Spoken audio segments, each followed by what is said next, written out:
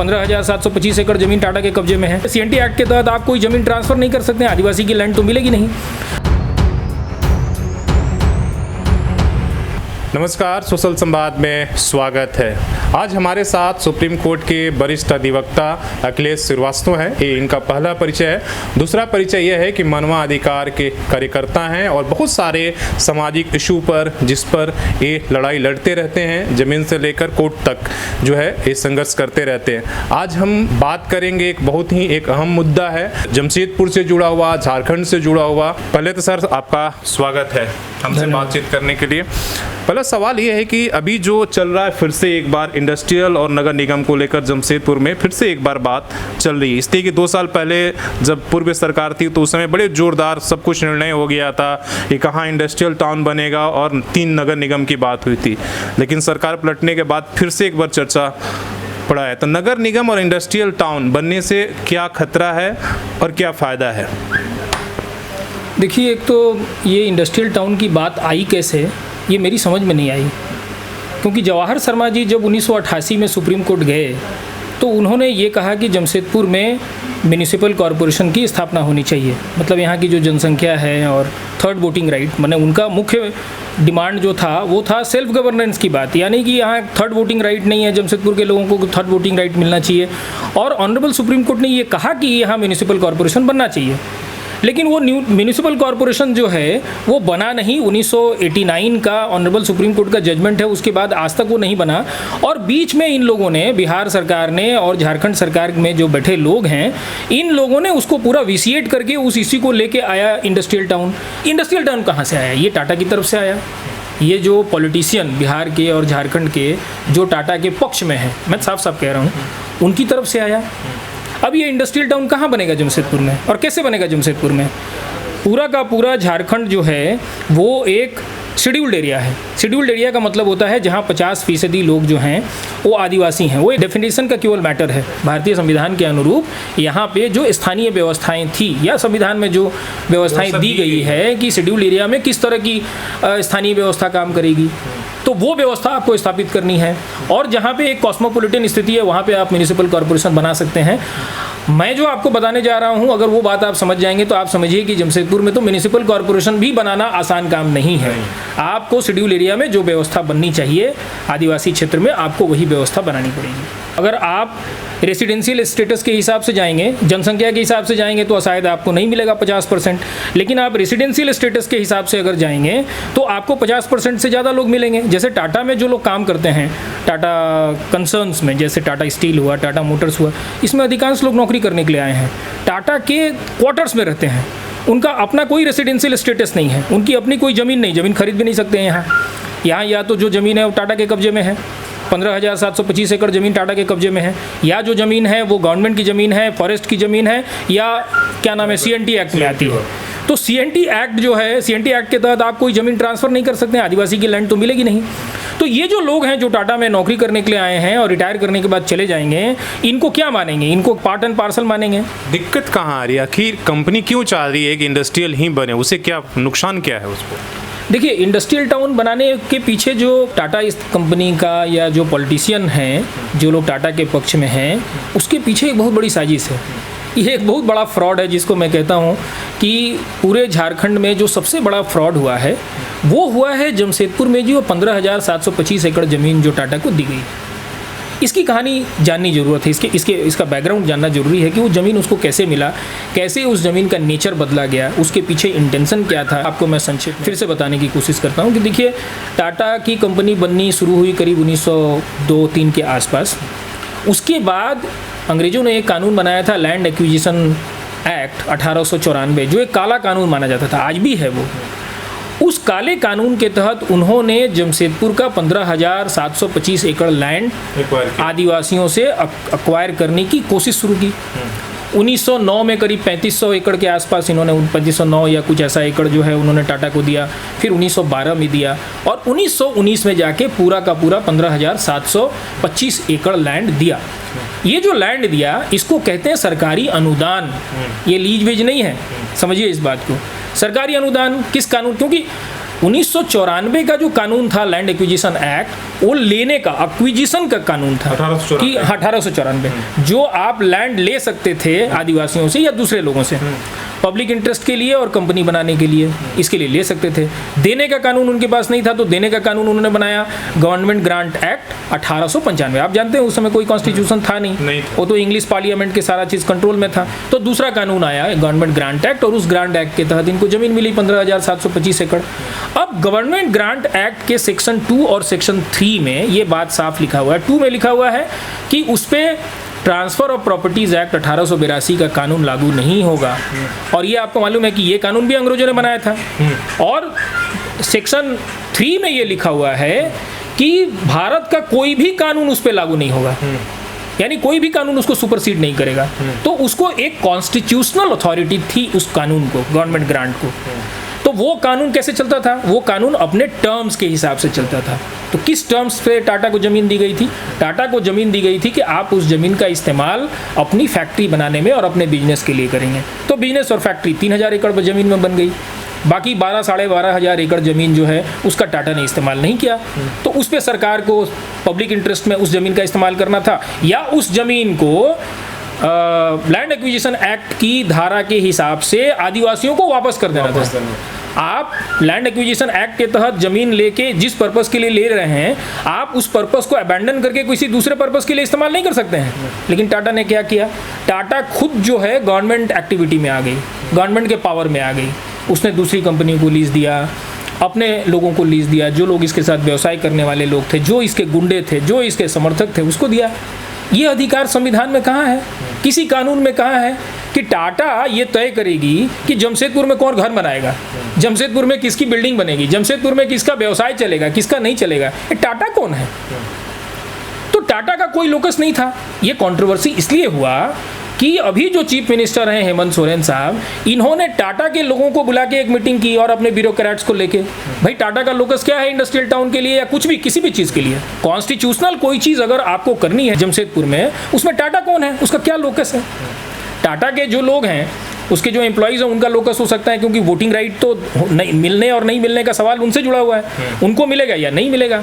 वो ये कह सकते हैं कि हम अपनी वोटिंग राइट वेव करते हैं, लेकिन वो नहीं कह सकते हैं कॉन्स्टिट्यूशनली, विरोध कर सकते हैं। लेकिन आइडियली आज अगर चुनाव हो, मतलब जिसको गुप्त मतदान कहते हैं, तो टाटा के 13,000 लोग जो एम्प्लॉई हैं परमानेंट, वो भी उनके खिलाफ वोट देंगे, क्योंकि उनको मालूम है खतरा कि एक ज़माने में 72,000 लोग टाटा के परमानेंट एम्प्लॉई थे, आज 13,000 लोग हैं, और 13,000 लोगों में कम से कम 1,000 बड़े ऑफिसर के नौकरी पर खतरे की तलवार जो है वो लटक रही है। टाटा उनको हटाना चाहती है। तो आज तो टाटा को कोई सपोर्ट ही नहीं है और टाटा को कोई वोटिंग राइट नहीं है। कहीं ना कहीं मतलब जो इंडस्ट्रियल टाउन का है, तो कहीं ना कहीं जो आप बात कर रहे हैं ज़मीन का मसला हो या ये अपना एक नया कानून यहाँ चलाने की, या वो कहीं की हमारी जो एक जिम्मेदारी है वो कहीं ना कहीं छीन जाएगा, जो हम अभी ये जमा कर यहाँ पर रखे हैं। देखिए, आप इस बात को पूरी तरह कानूनी तौर पे समझ लीजिए कि ये मुख्यतः टाटा की गैर कानूनी असंवैधानिक जो यहाँ पे ज़मींदारी चल रही है पिछले 100 साल से, उसको बरकरार रखने का ही कवायद है ये, और कुछ नहीं है। अब ये ज़मींदारी कैसे क्रिएट हुई, इसका इतिहास भी बहुत महत्वपूर्ण है, जानिए। जैसे मैंने आपको कहा कि जब 1919 में इनको ज़मीन मिला, वो गवर्नमेंट ग्रांट है, सरकारी अनुदान है। 2005 में कैसे? हाँ, मैं उस पर आता हूँ। अब वो ज़मीन जो है आपको टर्म्स के हिसाब से चलेगा। उस टर्म्स में था कि इस ज़मीन का इस्तेमाल या तो कंपनी करेगी, तो सरकार दूसरी कंपनी को देती। चूँकि वो एक लीगल एंटिटी थी, अलग थी, उसको ज़मीन सरकार को देना था, टाटा को देना नहीं था। फिर यहाँ पे जो पब्लिक इंटरेस्ट में जैसे अस्पताल हुआ, सड़क हुआ, बाजार हुआ, डीसी कार्यालय हुआ, स्कूल हुआ, बिल्कुल कॉलेज हुआ, इस तरह की जितनी चीज़ें बनानी थी वो सरकार को बनानी थी, वो टाटा को बनानी नहीं थी। टाटा को कोई कॉन्स्टिट्यूशनल अधिकार था, वो सरकार थोड़ा ही है। लेकिन सरकार ने ये सब नहीं किया, टाटा ने किया। क्यों किया? और देखिए 1950 में हमने संविधान अडॉप्ट किया। संविधान में हमने 2-3 अनुच्छेद डाले, 294 से 296। उसके तहत जो केंद्र सरकार के हक के ज़मीन थे वो उसके पास चले गए, जो राज्य सरकारों के हक की ज़मीनें थी वो राज्य सरकार के पास चली गई। कोई ऐसी ज़मीन नहीं बची जिसको संविधान ने छोड़ा। तब क्या होता है, देखिए ये कहानी बहुत इंपॉर्टेंट है। 1950 में बिहार सरकार एक कानून बनाती है, लैंड रिफॉर्म्स एक्ट, और 1950 से 1972 तक उसमें कुछ नहीं होता है। टाटा की जो लैंड है, टाटा के पास जो उसके नियंत्रण में अवैध ज़मीन है, वो उसके पास चुपचाप रहती है। 1919 से लेके 1972 तक। इस बीच में लेकिन ऐसा हुआ कि टाटा के इस ज़मीन पर कई तरह की कंट्रोवर्सी हुई। पॉलिटिशियन, बड़े वकील जो हैं, उनको तो मालूम था कि ये ज़मीन पर टाटा का एक तरह से अवैध कब्जा हो गया है, तो कुछ ना कुछ कॉन्ट्राडिक्शन डेवलप कर रहा था टाटा के साथ। आपको मालूम है कि बहुत सारे लोगों की बेटियां जो हैं, बहुत सारे नेताओं की, बहुत सारे लोगों ने फ़ायदा लिया। हाँ, उसका फ़ायदा लिया। बेटियां उनकी, बेटे कुछ डॉक्टर बन गए, कुछ टाटा के कोटे में एमजीएम से, मैंने हजारों लोगों को नौकरियां दी टाटा ने। कुछ को टाटा स्टील में दिया, कुछ को कहीं और दिया, मैंने किसी न किसी रूप में उपकृत करने का कोशिश की। ये सब क्यों हो रहा था? ये सब इसलिए हो रहा था कि जो समझदार लोग थे उनको पता था कि ये ज़मीन जो है टाटा के गैर कानूनी कब्जे में है, इससे जो चाहेंगे करा लेंगे। तो कानूनी तौर पर उनको भी कुछ नहीं करना था। तो हुआ क्या कि जो कंट्रोवर्सी शुरू हुई टाटा के साथ, तो टाटा को लगा ये ज़मीन हाथ से निकल जाएगी। तो टाटा ने उस समय जो कांग्रेस के बड़े 3 लीडर थे, जगन्नाथ मिश्र, चंद्रशेखर सिंह और बिंदेश्वरी दुबे, उनके साथ मिलकर एक कॉन्स्पिरेसी इन लोगों ने बनाई। 1972 में लैंड रिफॉर्म्स एक्ट जो बिहार की थी 1950 की, उसमें उन्होंने अमेंडमेंट करके एक धारा डाली 7D, और फिर 73 में उसने दोबारा अमेंड किया और उस बार अमेंड करके उसने 7E डाला। अब एक बहुत महत्वपूर्ण बात है कि लैंड से रिलेटेड अगर कोई अमेंडमेंट होती है तो उस अमेंडमेंट को हम लोग शेड्यूल 9 में डालते हैं। ये दोनों जो अमेंडमेंट हुआ, ये संविधान के शेड्यूल 9 में नहीं है। खैर, शेड्यूल 9 में हो या नहीं हो ये महत्वपूर्ण नहीं है। महत्वपूर्ण ये है कि क्या सरकारी जो अनुदान था, यानी गवर्नमेंट ग्रांट था, उसको आप लैंड रिफॉर्म्स एक्ट 1950 के तहत ले सकते थे? उस ज़मीन को नहीं ले सकते थे, क्योंकि वो एक कॉन्स्टिट्यूशनल कानून है। उस पर तो हिंदुस्तान का कोई कानून ही नहीं लागू है, कोई सुपरसीड नहीं कर सकता है। तो एक स्टेट का कानून, land reforms act Bihar 1950 supersede करेगा? इन लोगों ने फर्जीवाड़ा किया और ये अमेंडमेंट करके इन्होंने इसके साथ एग्रीमेंट किया टाटा के साथ 1984 में। एग्रीमेंट में क्या लिखा? एग्रीमेंट में लिखा कि ये हम इनको डीम्ड लीज दे रहे हैं। लीज भी नहीं, देखिए बेईमानी। लीज जो है, लीज टर्म डिफाइंड है ट्रांसफर ऑफ प्रॉपर्टीज एक्ट में और किसी कानून में नहीं है। और डीम्ड लीज का तो नाम ही नहीं है, वो संविधान में नहीं डिफाइंड है। उस कानून में भी, जो बिहार लैंड रिफॉर्म्स एक्ट है, उसमें भी उन लोगों ने डिफाइन नहीं किया कि भाई ये डीम्ड लीज क्या होता है। किसी भी हिंदुस्तान के किसी भी कानून में इसका डेफिनेशन नहीं है। तो इन्होंने किया क्या? इनको तो टाटा की जमींदारी क्रिएट करनी थी। क्रिएट करने के लिए कुछ ना कुछ इनोवेशन करना था, इनोवेट करना था। तो उन्होंने इनोवेट करके एक शब्द निकाला कि ये डीम्ड लीज है। ये डीम्ड लीज नहीं है, ये टाटा की जमींदारी उन्होंने की और पूरा फर्जीवाड़ा था। पहले इस बात को समझ लीजिए कि ये जो कानून बदला गया 1972 और 1983 में, इस कानून के तहत इस ज़मीन को लिया नहीं जा सकता था, पहली बात। और जो कानून बदला गया, जो सेक्शन धाराएं उसको पढ़िए, 7D और 7E, उसको पढ़ने से भी नहीं लगता है कि कहीं से भी इसका जिक्र भी है उसका कि हम उसके तहत गवर्नमेंट ग्रांट की ज़मीनें ले लेंगे। ये कहीं से भी नहीं है। इसका केवल मैंने उस कानून को का केवल इस्तेमाल हुआ, मतलब उस कानून में 7E और 7D को आप चैलेंज किसी दूसरे आधार पर कर सकते हैं, लेकिन जो लीज बना जिसमें उसका इस्तेमाल हुआ 7D और 7E का, उसका इस लीज से कोई दूर दूर तक लेना देना नहीं है। ये समझिए, ये पूरा का पूरा लीज एक फर्जीवाड़ा है और उस फर्जीवाड़ा के तहत टाटा को ज़मीन दे दी गई। आज टाटा तय करती है कि कौन यहाँ रहेगा, कौन नहीं रहेगा। इन्होंने अपने एम्प्लॉयज़ की एक कॉलोनी बना दी है, टाटा मोटर्स वालों ने, रिटायर्ड एम्प्लॉयज़ की, मतलब जिसको कहते हैं ना कि रिटायरमेंट के बाद जो रिटायरमेंट बेनिफिट्स मिलता है, उसमें वो ज़मीन भी दे दिया और कहा कि घर बना लीजिए। और एक पूरा रिवर व्यू कॉलोनी बनी हुई है जो पूरा इलीगल कॉलोनी है, जिसको तोड़ना पड़ेगा। ऐसे तो जमशेदपुर में बहुत सारे 90% जो कंस्ट्रक्शंस हैं वो इलीगल हैं, उसको तोड़ना पड़ेगा। बहुत सारे तो सवाल हम लोगों को जहाँ फिर से वापस वहीं पर आते हैं, जो नगर निगम को लेकर, तो कहीं ना कहीं इससे ये डर उनको हो गया कि अगर नगर निगम बनेगा, फिर वहाँ लोकल जनप्रतिनिधि होंगे, तो जो अभी वो चला रहे हैं उसमें कहीं ना कहीं दिक्कत उनको आएगी। अभी जिस तरीके से वो अपना, देखिए अभी तो उनकी स्थिति ये है, उनका एक अनकॉन्स्टिट्यूशनल पावर है। जैसे जेएनएससी जो है वो तो गवर्नमेंट के कंट्रोल में है, लेकिन जेएनएससी के सारे अधिकारी जो हैं वो टाटा के नियंत्रण में काम करते हैं। आज भी रोड बनाना होता तो टाटा से पूछते हैं, नहीं वो एनओसी नहीं देती है तो नहीं काम कर पाते हैं, क्योंकि टाटा ही जमीन देती है। किसी बिल्डर को टाटा ज़मीन देती है, किसी पॉलिटिशियन को टाटा ज़मीन दी है, अपने एम्प्लॉयज़ को टाटा ज़मीन दी है, ज़मीन तो टाटा देती है। उसके बाद जेएनएससी जो है वो नक्शा पास करता है, ठीक है ना। बिना नक्शा का भी बहुत सारा बना है। ठाकुरबाड़ी रोड में मंदिर कब्जा कर लिया रघुवर दास जी ने अपने लोगों के साथ, बजरंग दल के लोगों के साथ मिलके, और गैर कानूनी ढंग से एक मंदिर बना लिया। वो पब्लिक मंदिर है, आपको शायद पता है कि नहीं। 1978 में पटना हाई कोर्ट ने कहा कि वो पब्लिक मंदिर है, आप उसको छू भी नहीं सकते हैं। कैसे बना दिया उसमें आपने एक दूसरा मंदिर, और कैसे जेएनएससी ने उसको अलाउ कर दिया? तो जेएनएससी वाले कहते हैं कि हमको मार के भगा दिया गया, क्योंकि वो चीफ मिनिस्टर थे। डीसी उसका कस्टोडियन होता है, डीसी उसको देखता रह गया और पूरी बिल्डिंग बन गई, अवैध बिल्डिंग बन गई। तो पूरे जमशेदपुर में 90% बिल्डिंग जो है अवैध है।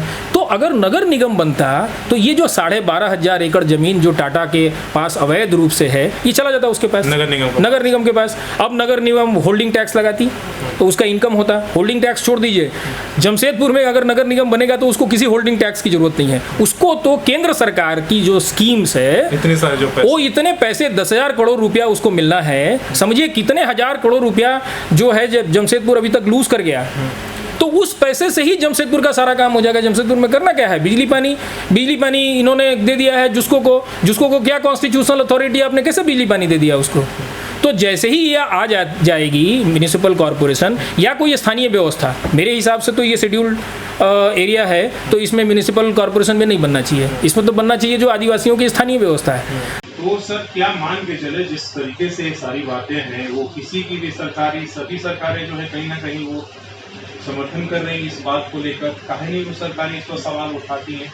जब रघुवर दास जी थे तब भी वो टाटा के साथ मीटिंग कर रहे थे, अभी जेएमएम की सरकार है वो भी मीटिंग कर रहे हैं इस पर। देखिए इस बात में किसी को कोई शक या शुबहा नहीं होना चाहिए कि 1972 के बाद जो नेता हुए, चाहे बिहार की या झारखंड के, आज तक सबको ये बात पता है कि ये जमीन जो है टाटा के अवैध कब्जे में है, 12,500 एकड़ जमीन। और आप समझिए कि हमको कब ये बिल्कुल कंफर्म हो गया कि जो कुछ भी मैंने पढ़ा है, जो समझा है इस जमीन के बारे में वो सही है। मैं ऑनरेबल सुप्रीम कोर्ट के एक बेंच में बहस कर रहा था, टाटा का ही इशू था, टाटा अदर साइड में थी। तो उसमें कुछ ऐसी बात जज साहब ने कही, हालांकि वो मसला मेरे खिलाफ गया, अभी हम उस मसले को लेके रांची हाई कोर्ट में गए हैं, लेकिन हमको बहुत गुस्सा आया। उन्होंने कुछ सवाल ऐसे किए तो फिर हम जवाब थोड़ा सा मतलब एग्रेसिव टोन में हम जवाब देने लगे। खैर जो मैंने कहा वो महत्वपूर्ण बात है, वो टोन महत्वपूर्ण नहीं है। मैंने उनको कहा कि मैलॉर्ड आप ये समझिए कि 1989-90 में डीसी ऑफिस में इनका एक कार्यालय चलता था जिसको कहा जाता था टाटा जमींदारी। बताइए 1950 से लेकर 1956 में इस देश में जमींदारी खत्म हो गई कि टाटा की जमींदारी किस कानून में के तहत जमशेदपुर में है। तो मैं नाम नहीं बताऊंगा, तो जो सीनियर जो जस्टिस साहब थे उन्होंने कहा कि counsel we know that the Jamshedpur land is a disputed land and there is a serious dispute between Tatas and the government. तो समझिए कि सुप्रीम कोर्ट के जो जजेस हैं या जो बड़े एडवोकेट्स हैं सबको मालूम है कि ये डिस्प्यूटेड लैंड, फिर भी इनके कब्जे में है, कोई बोलता नहीं है। तो इसलिए नहीं बोलता है कि आम लोगों को नहीं पता है, आम लोगों को पता होगा तो बोलेंगे, इसका विरोध करेंगे। इसीलिए हम कहते हैं कि इसका चुनाव करवा लीजिए। आप टाटा को क्यों बुला के मीटिंग कर रहे हैं? आप इसका चुनाव करवाइए और गुप्त मतदान करवाइए, यहाँ पे क्या चाहते हैं। उससे पहले जिन आदिवासियों की जमीनों पर दूसरे लोग काबिज हो गए, यानी कि टाटा ने जो गैर कानूनी अलॉटमेंट किया है उसको कैंसिल करिए, आदिवासियों को लौटाइए। जैसे आदिवासियों को लौटाइएगा जमशेदपुर आपको शेड्यूल एरिया दिखने लगेगा। यहाँ नहीं दिखेंगे ये कॉस्मोपोलिटन एरिया नहीं दिखेगा, यहाँ 50% आदिवासी दिखने लगेंगे क्योंकि उनकी जमीन है। अब 50% आदिवासी दिखेंगे और शेड्यूल एरिया हो जाएगा तो आप कौन सी व्यवस्था बनाइएगा? आपको हक ही नहीं है, आप बात ही नहीं कर सकते हैं कोई। जो कॉन्स्टिट्यूशनल बात है कि स्थानीय व्यवस्था बनानी पड़ेगी आदिवासियों के हिसाब से, आपको उसी का समर्थन करना पड़ेगा क्योंकि उसके सिवा आपके पास कोई चारा नहीं।